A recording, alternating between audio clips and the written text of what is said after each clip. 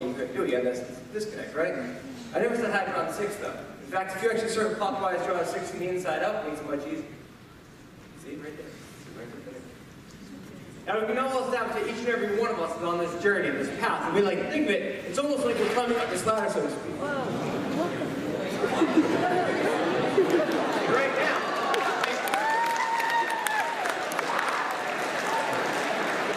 And right now, in the time of life, if you will, you guys are in. You guys are in. School is right. We're going to get around to presentation, and then shut it up. And after school, hopefully you have to graduate high school, and then maybe move on to college. You go to college, you graduate college, fingers crossed. At that point, it's time to go get a. You get a job, you start making some money. Maybe you meet somebody who's maybe even get together, you start a family. You raise your family, you work, eventually it's time to retire. Door looking for there, retire. And then after you retire, you die. Or travel, there's other things you can do. And then after that, you set new goals, more of a motivation. Now we're always trying to live our life. Just live your life. No. Just live your life. I do what's that new goals and constantly have to set those goals. You need to set new goals. Keep on doing that to you. Eventually your life runs out. You die. You ain't done. Now. People often say live your life. Just live your life. I think that's bad advice. I think it's more as build your life. Don't just live a building. You are building your life right now. Each decision that you make is one of those building blocks.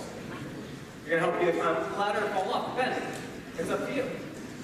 Obviously, you make some mistakes. That happens. The key is not making those big mistakes where everything topples over.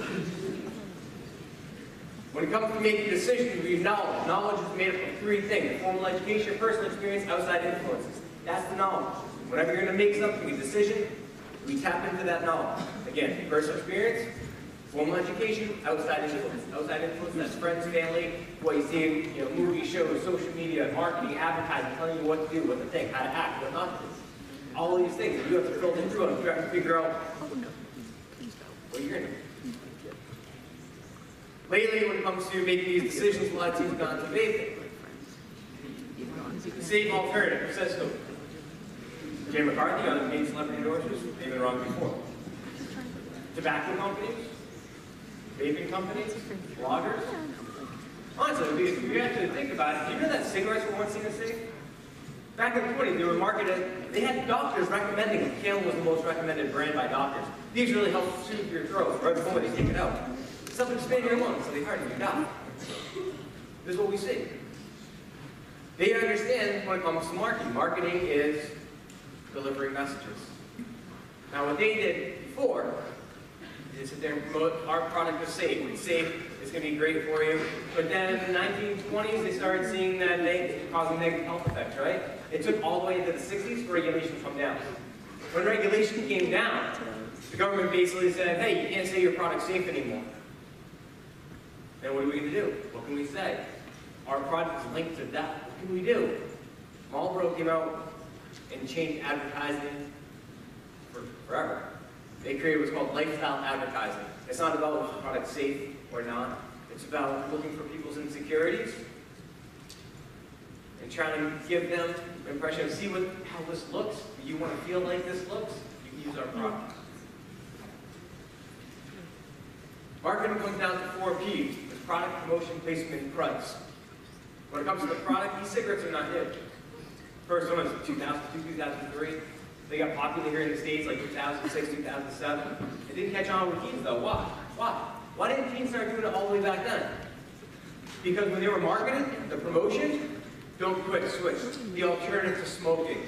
Looks like a cigarette, tastes like a cigarette, e-cigarette. That's what they promoted. Lube is the most popular brand. Take back your freedom. I love your freedom in lube. Doesn't that really sound like, let's get addicted to nicotine? You can see the alternative to cigarettes. They were promoting it as the alternative to smoking.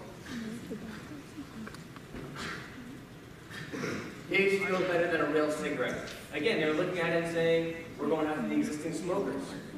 Teens, and you didn't smoke. They go, oh, well, we don't smoke. Hey, you want to quit smoking? I don't smoke, not for me. And it never caught on. They were also promoting it to deal with the demographics. They were using young traffic models. You exhale only pleasant vapor. Vapor, I love that word. If I say vapor, what do you think?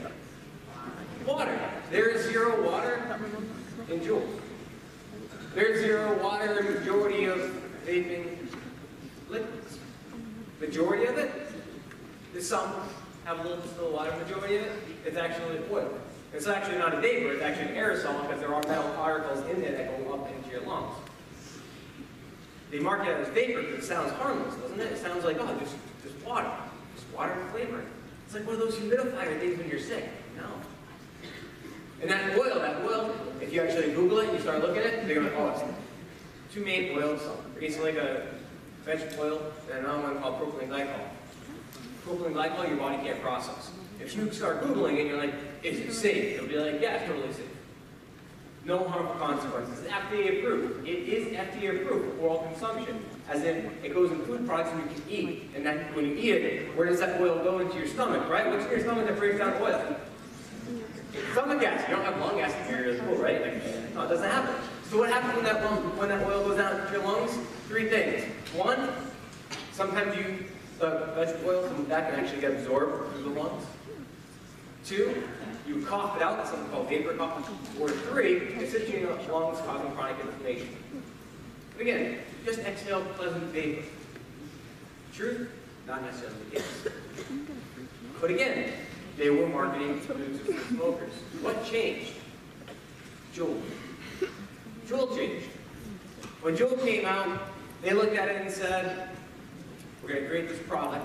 They threw parties. Their marketing initiative, throw parties, invite really young people, right? Invite all these young people, take a bunch of pictures, and promote these pictures. Like, have a blast, have fun, you're hanging out, use our product, and make sure you're promoting these and sending pictures out all over Instagram, Snapchat, a little on Facebook, mostly Instagram. Because how many of you are on Facebook, anyway?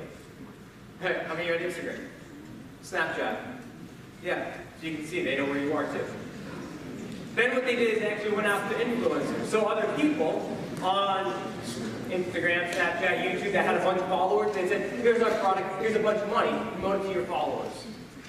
That's what they did. And it worked. Juul owns about 80% of the market share now. The market share when it comes to vaping. Teens are 16 times more likely to use Juul than adults. So their target marketing absolutely worked. Now, it was like, oh, teens are using our product? Millions of teens are using our product? No!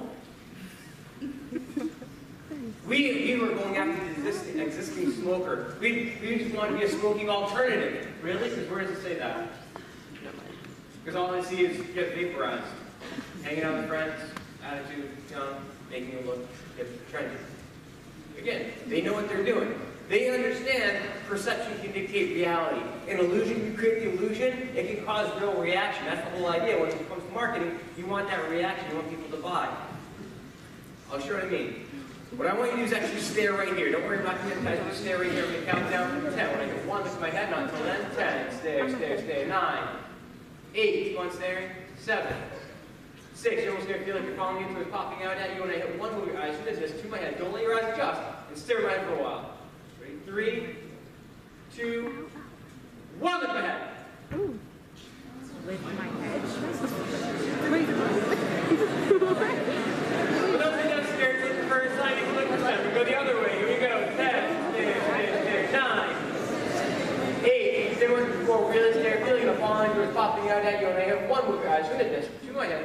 Don't let your eyes adjust. That's a key piece. Don't let your eyes adjust. And stare my head a little longer. Sometimes it takes a few extra seconds to work. This usually gets an even bigger reaction. Sometimes people laugh, sometimes they gasp. Sometimes they freak out, run away. So keep them back. 3, 2, 1. Lift my head. Oh my God, that's so big.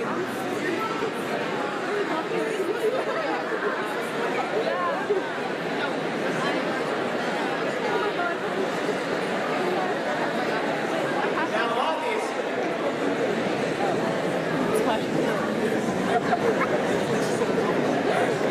Now, obviously, my head didn't really go broke. You saw it happen. Let's go to a reaction. You laugh. You go to a reaction. You go emotional. It's something you just perceive. It shows how powerful perception can be. Also, it teaches us, have you ever heard somebody say, has anyone ever said to you, think before you act? A lot easier said than done. Sometimes we don't have a chance to think before we react. We don't have that chance. We have to make a split-second choice. Like right there, with my head tricked growing. If you thought logically before you actually react, you'd see my head tricked growing that, well, obviously this guy didn't really try to grow, because he'd be dead, I can't do that, therefore it's not going to be, I'm not going to laugh. What really happens, you laugh to justify your actions afterwards. I laughed because I saw his head tricked growing. I tried it because so many people died there. I did it because maybe I had this childhood friend, they did it, so I felt like I should do it too. I did it because all of a sudden maybe you walk into a situation, you have your peers around you, and I felt pressured by them. What's that called? Peer pressure. Who knows the definition of peer pressure? Show your hand. You do? Perfect. Can you help me out? What? I'm so scared. Can you help me out? Really quick? Quick. Faster. There you go. We got time. All the way up here. And you in the blue. Right there. Yep. Come on up. Really quick.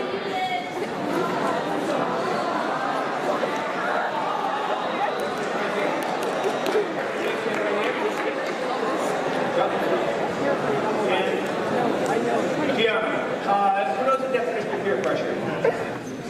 You know it? Perfect. Excellent. What's it? When somebody makes you do something. So if I have a jewelry, they'd be like, come on, Jewel! If that happens, get new friends. That's not normal. But that's not the way we're taught. Sometimes we're taught when it comes to peer pressure, somebody forces you to do something you don't want to do. Or maybe it's like, no, not like force, but maybe they're like, come on, you do this, you're cool. If that happens, get, like, run. That's just not normal. What is it, though? What is peer pressure, then? More about social compliance. It's about making a split-second choice within a certain scenario. Having those pressures around you and oftentimes we put it on ourselves. Example, you're going to a party. You're throwing the party. You're going to shake hands. You're not for a jewel. You're not going to say anything. Ready? Shake hands, off the jewel, not say anything. Go.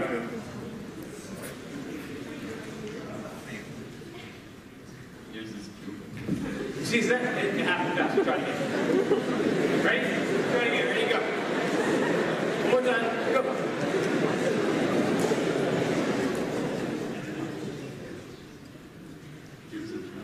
There you go. That's how long she has to sound what she's going to say. You're not going to walk up, shake hands, and you're going to say, let me look at my ladder of life. Let me think about all the things that can go wrong. My parents are going to find out.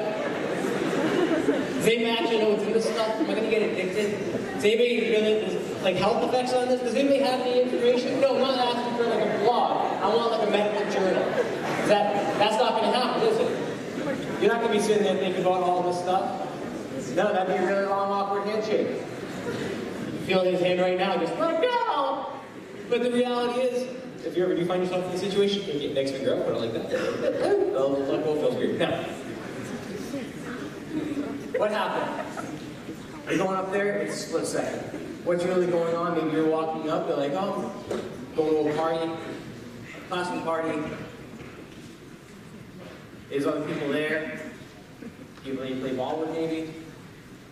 People that you look up to, that you want to be friends with. Maybe somebody that you have a crush on is there. And all of a sudden, as you're walking up, somebody goes, here. And you go, okay, crap, that's it. That's how long it takes. You walk up, they go, here, and you go, thanks. Yeah.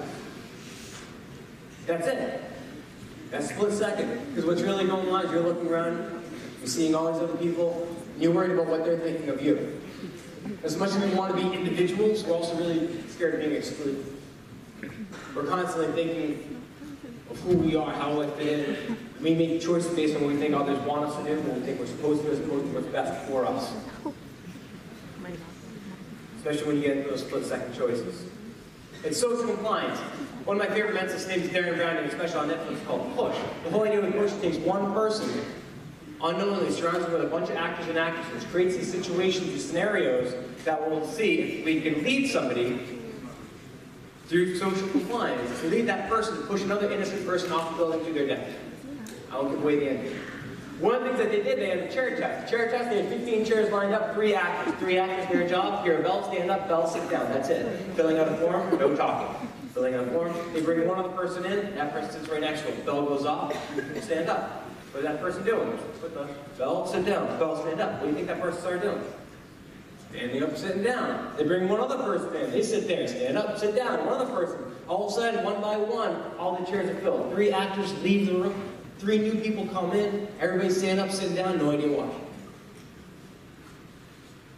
Sometimes we do have that pressure, and we understand, like, you need that for society. Like, you learn from what's going on around you. This is what I do. It can be good, but it can also be bad. And when it comes to peer pressure, the only way to avoid it is being able to think about it beforehand. If you get in that situation, whether it's a vape or alcohol or anything else, and it goes here, but you have to be able to be prepared in your head of that situation.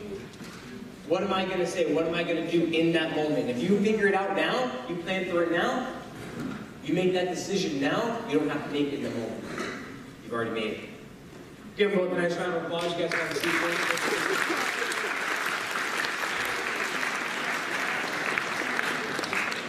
That way you're not being influenced by other things you walk into or other people that you see. We just have to start looking at making the best choices for us.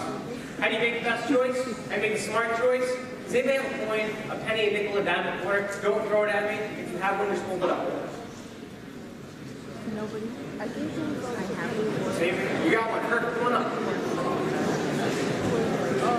There, you get to choose one of the person, you right there. Yep, come on up. All the way.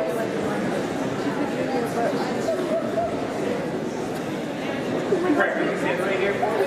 You can stand right here for me. Stand in, 2 hands, what do you have? 2 hands. Hold this, 2 hands. Good. There you go. Beginning.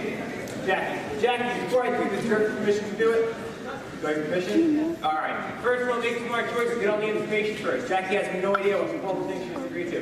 Here's what's going to happen. In a second, you got that coin. In a second, you flip the coin, catch it, turn it, that's it. Then you're going to put your health and well-being in his hands. Literally. Inside that envelope, there's one piece of paper that says heads or says tails. If it matches, you get nothing. If it's wrong, you can punch your square in the face. Hard as you can. Nothing about it. I don't want to do it. I don't agree with it at all. You already agree. You got the coin. Excellent. Flip it up in here. Turn it. You can say what it is nice and loud. What? Tails. One piece of paper, you can take it out. Nothing else in there, and it says, other side, tails. That's always a reaction. We're like, oh, I want to get punched in the face. All right, 3 quick lessons. 1, before you just agree to something, get all the information first, right? That way you're not putting yourself in a bad situation. Think about the peer pressure skit. If you ask questions and know what to expect, then you can prepare to either avoid the situation, or at least you know what you're going to say if you're there. 2, don't put your health and well-being in somebody else's hands. Let's say like a parent or trained medical professional. 3, so you have the big one. Jackie, you're going to punch in the face. If you're like, I don't think you were, you don't know me. You're either going to punch in the face or get nothing based on the coin, right? Why'd you flip the coin? No! That's what I'm saying. You didn't know. This is the social compliant. Everybody's here, everybody's looking at you, you're looking at that. I go, flip the coin, punch in the face, get nothing. Okay. If you have nothing to gain, everything to lose, don't flip the coin. Give them both a nice round of applause. You guys have a good one.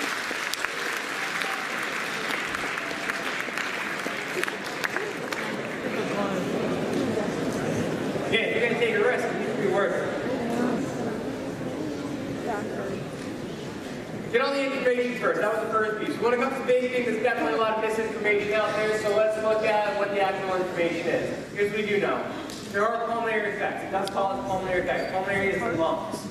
We also understand that there's high quality chemicals. Over 7,000 companies that make the liquid, oftentimes overseas, and we don't know, nobody's checking it, so we don't necessarily know what's actually in it.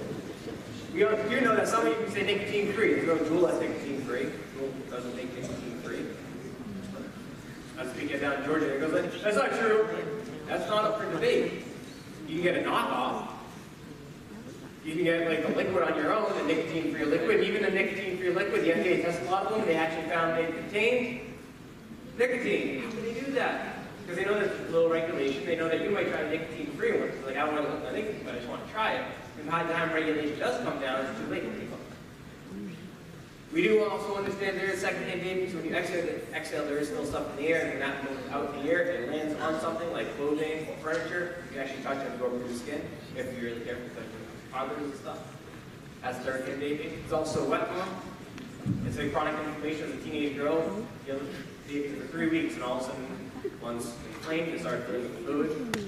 You have to go in the hospital, breathing machine. Big thing, we need more long-term studies. This is still very new. Luckily, technology is there that we're already catching a lot of things, but it is very new. You guys are the guinea pigs. We're watching you. Let's see what happens. Again, they used to say cigarettes were safe too.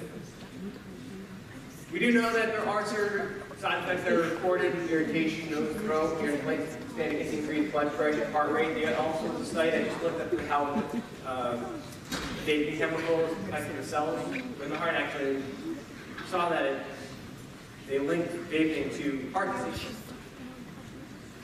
Nausea, vomiting.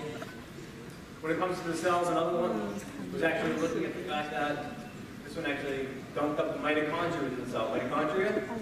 The powerhouse of the cells. And all of a sudden they're worried that the cell's not going to have energy to do what it needs to do. And the last part, when it comes to the cells, there was a study that was looking at cells and how different flavors interact. So they had a bunch of human cells, they put cigarette smoke over them, killed a bunch of the cells, right? 80% of cells, gone. All right, so they took pina colada vape, they put that over it, killed about 35% of the cells. So, not as much. Then they put menthol flavored vape over it, and actually killed about 50 to 60%. What does it show is that it depends on the flavor, that it affects cells differently. So you don't necessarily know. Each one's different. You don't know what's actually in there. That's usually like, what's the flavor that's the safest, kills the least amount of cells? You're missing the point. The point is that we don't know how it affects us. It all affects differently. We know that it does cause dry mouth. It can also lead to things like nose bleeding, gum bleeding. Of course, gum disease, things like that, people like losing teeth. When it comes to respiratory issues, they did a study over 2,000 teens. They did a study with 2,000 teens, and they found that of those 2,000 teens, 25% report vaping in the past. 10% within the past 30 days. It didn't matter whether it was within 30 days or after 30 days, both were twice as likely to develop chronic bronchitis with inflammation in the lungs, right? Why does that matter? Two things. One, for anybody that thinks, well, it doesn't affect your lungs. If that was true, those numbers wouldn't be different. Then you look at athletes, people with asthma. Again, anybody that wants to breathe, these are things that we have to look at. Over 30 days, still twice likely. What does that matter? It's not like I'm going to stop today and tomorrow my lungs are healed. I'm going to stop today, next week my lungs are healed. Beyond 30 days, still issue. Well, how long until they're healed? We don't know. How much damage is actually done? We don't know. Can that damage actually ever be reversed or the permanent? We don't know. That's the thing. Nobody can sit there and clarify and tell you definitively one way or the other. We're still learning. There are toxic metals in there. We also understand that we heat up on a coil, all of a sudden this chemical reaction and changes some of the things that were seen as safe to not safe. Formaldehyde, for example, that's definitely in Juul. You also think there was actually another study that came out where a guy was actually mixing up the flavors, right? So the propylene glycol, that oil, is actually very reactive. So when you start mixing flavors like cinnamon or mint, things like that, all of a sudden it can create that chemical reaction right there. So you have chemical A, chemical B mixed together, creates chemical C and D. Well, what chemicals did it create? You don't know unless they're testing for it. They're just finding that stuff happens. So again, what you think is going in there isn't necessarily the case. Anything about financial cost, one Juul pot about $3.75. A pot a day had about almost $1,400. If you include the actual apparatus, over $1,400. That's only part of it. There's also hidden costs too. Like, did you know that for a smoker, car insurance is actually more for a smoker than for a non-smoker? Because it's seen as a distraction, increased risk, increased premium. Dental care, again, more cavities, more visits. Healthcare, more lung issues, more money. You know what the average smoker loses for a lifetime? How much money? About $1 to $2 million. Between $1 to $2 million. Between the apparatuses, to healthcare, lower job wages, all these things factor in. Again, you're going to make mistakes. The key is not making those big mistakes where everything else topples over later. And I get it. I'm sure as I'm sitting here saying this, I get some people out of it, well, I'll just quit. I'll do it now, but if I start seeing those bad things, I'll just stop. Brilliant! Somebody should tell some smokers, be like, hey, just quit. What's the reality? 90% of smokers start when they were teens. 80% of adolescents start using nicotine, become long-term users. But if you start using it, and not every day, 80% long-term. Success rate of quitting, about 7%. 35 million people try to quit each year, 87% relapse in the first week. That's the reality. Why is it so addictive? Have you guys ever heard that you have a developing brain? You hear that, right? Your brain's developing. What does that mean? I don't know. Here's what it means. When you first popped out of your mom's womb, right? When you popped out, you're like, all of a sudden your brain starts growing these little wires. A lot of wires. But you don't need all those wires. So what happens? You try to figure out which wires do I need, which ones do I do away with. I do this, I like that, we're going to keep that wire. That didn't work out, cut that wire away. And you go through this pruning process. All the way to the age of 10 or 11, you make more synapses, more wires. Then you go through that pruning process again, and you're training yourself for long-term behavior. When you take nicotine, and you plug that in, those pathways are developing, you have all these little receptors all over your whole brain. When nicotine goes in there, all those little receptors go, oh, we like that. And it gets hardwired into the brain. And all of a sudden it changes the chemistry. It's not like, I'm just going to take this. No, it's like your brain, it needs it. It becomes part of it. Think of it like a puzzle. Your brain's going to get like this puzzle piece, all of a sudden nicotine comes and takes it, just plugs it right in. And later on, you're like, I'm going to take this out. Your brain goes, ah! We're missing a puzzle piece. It gets all pissed off. You ever see someone trying to like put smoke and all irritable? The brain's missing that puzzle piece. That's the whole idea. I don't do it every day. You don't have to. Those that were using just once a month and started feeling withdrawal symptoms. What's nicotine withdrawal symptoms? Headache, nausea, increased irritability, insomnia, increased eating. You can Google, look at it. Now, I was speaking at school and they're like, well, that's like every day. Yeah, well, is it increasing or not? As opposed to when you quit, all of a sudden, are you seeing a link between the two? Are you not able to stop? Are you just thinking about it and I just need it? When it comes to addiction, it's not like you're living on the streets. It's also, it's just, do I need to go and take a bathroom break every hour? These are the things. If I stop, 50% that were just doing it once a week, stop, they started feeling certain withdrawal symptoms. 7% were fully addicted because they're doing it every day. Best way to quit, not to start. If you have, stop, so you can have withdrawal symptoms. And you get through it. If you can't, talk to a counselor, talk to somebody. There's help out there. Like, alright, I get it. I won't vape that stuff. And how about, I can vape pop now, right? That's safe, that's legal. Well, it's not legal for you. What's the age limit? 21. Why is it 21? Because the brain's developing. Technically, this continues developing at 25.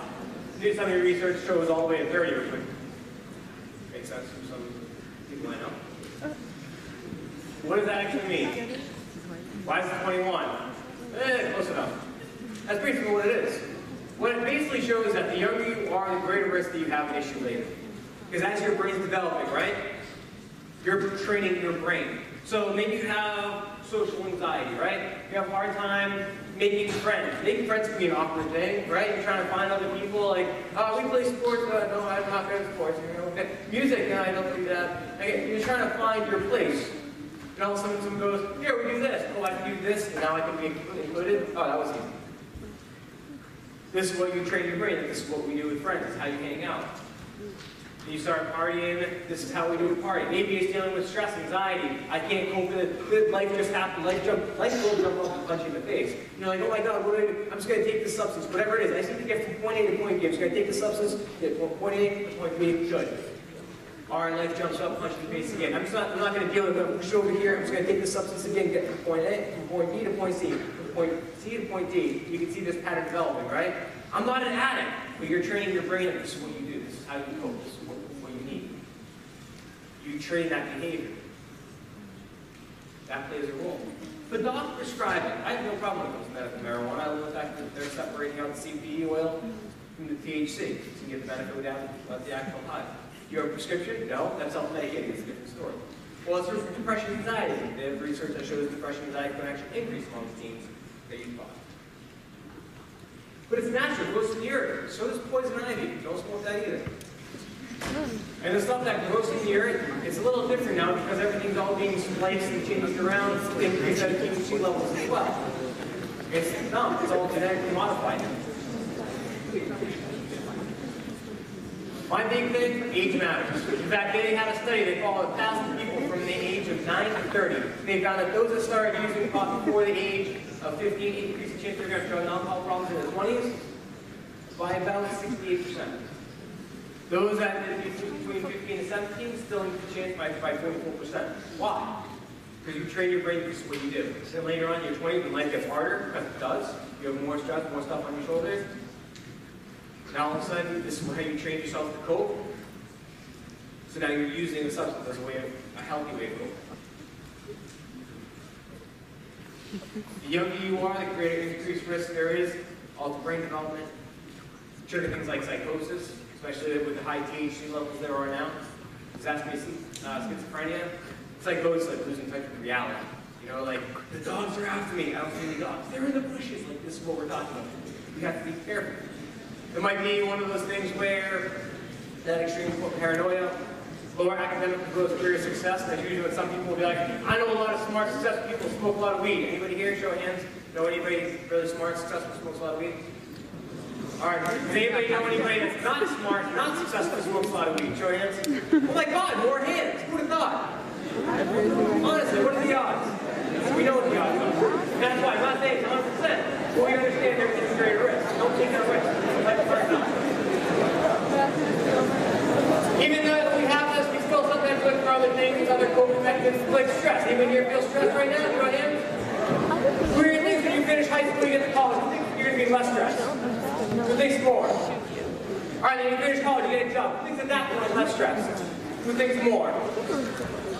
Then you finish college, you have families, kids. Who thinks at that point less stressed? Who thinks more? So you can always have it all downhill from here. No, the stress isn't a bigger bad thing. We're taught that stress is bad. As a society, we're taught stress is bad. Don't be stressed. Here, have a drink. Don't be stressed. Have a pill. Don't be stressed. Have some soap. Is stress reducing soap? Stress reducing lotion? Stress reducing candles? Stress balls? Here's the reality. If you do feel stressed, there's actually a great book called The Upside of Stress. If you hate reading like me, you have Audible. You can listen to it. And wait till it talks about how stress is a natural reaction. Your body's a natural reaction to stuff. Often stuff that you care about. There's always going to be stress in life. It's about how to use it. There was one group that they had students. They split up into 3 groups. They said, you guys, if you get right before exams, it can be a stressful time for some people. If you get stressed during your exam, you're going to do that. So we're going to teach you stress reduction techniques. Everybody's in a circle. Kumbaya. Good. Excellent. You guys over here, we're going to teach you stress. You know, we're going to actually, you're the control group. You get nothing. You guys over here, we're going to teach you stress is more like a fuel, which makes sense. Have you ever, who likes to relax? How much stuff do you get done when you relax? Not much. How much stuff do you get done if you get a little stress? A lot more. It is a fuel. It's your body ramping up to help you deal with what you're going to deal with. Results. Control group right in the middle. Those are the best. Embrace the stress. Those are the worst stress reduction technique. Because you can't just stop stress. Get in your exam, you're like, oh my God, I'm stressed. This isn't working. You don't know. You psych yourself out. That's what happens. So how to 1, utilize it, and then 2, yeah, can you get overwhelming or debilitating? Absolutely. There's a lot of different things you can do there. Cognitive behavioral therapy, CBD, has great methods of being able to train your thoughts. We also, exercise is a great one. Meditation, I know it's a joke, but it's kumbaya, but I'm a huge fan of meditation. These are all things you can do. Understand there's always going to be stress. So next time you feel stressed, I want you to think lobster. I'll explain. Do you know the lobster shell doesn't grow? It goes within the shell until it gets all uncomfortable, buries up the rock, sheds all the shells, buries new shells. Go within that until it gets all uncomfortable, buries up the rock, sheds all the shells, buries new shells. The lobster uses that stress as an opportunity to grow. That's what you need to be able to do as well. We also understand maybe it's not stress, maybe it's just life. Life happens. We get envious of other people. It ever happens? Have you ever felt like this? Why is this happening to me? Why is this happening to me? We're not deadly, is there? Sometimes we feel these things. Playing an only game, if only. If only I had that opportunity. If only I was taller, if only I was smart, if only I was more athletic, if only I had hair. Please, game doesn't help us. But how you react to it. Oh my god, oh my god. I need two people to help me out. Oh my god, no, You know? no, stop. Yeah, come on up. There we go. You right there. Come on up. Give me that round of applause.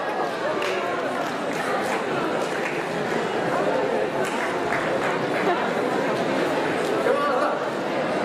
No, you don't. Why do you want to? You want to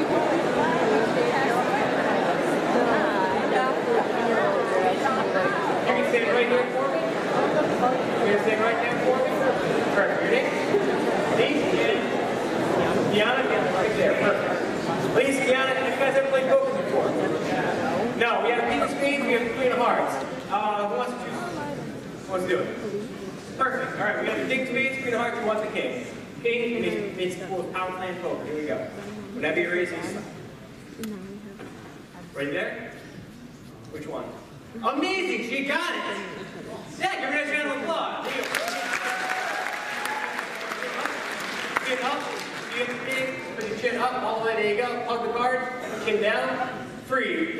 Chin down, there you go, like a statue. Chin down, there you go. At this point, you're like, you could have done that, right? If only you had that opportunity. This isn't fair. If only you had that opportunity, guys. Life isn't fair. It's not. People are all about the different hand. Just like the game of poker. You have to take control of the card up.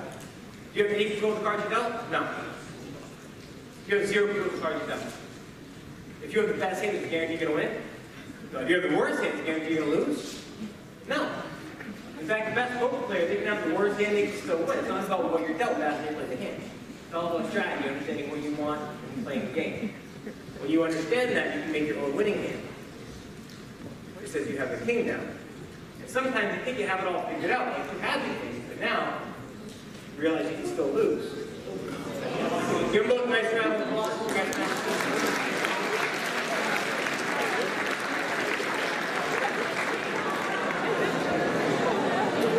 It's not about what you don't, that's how you play the hand.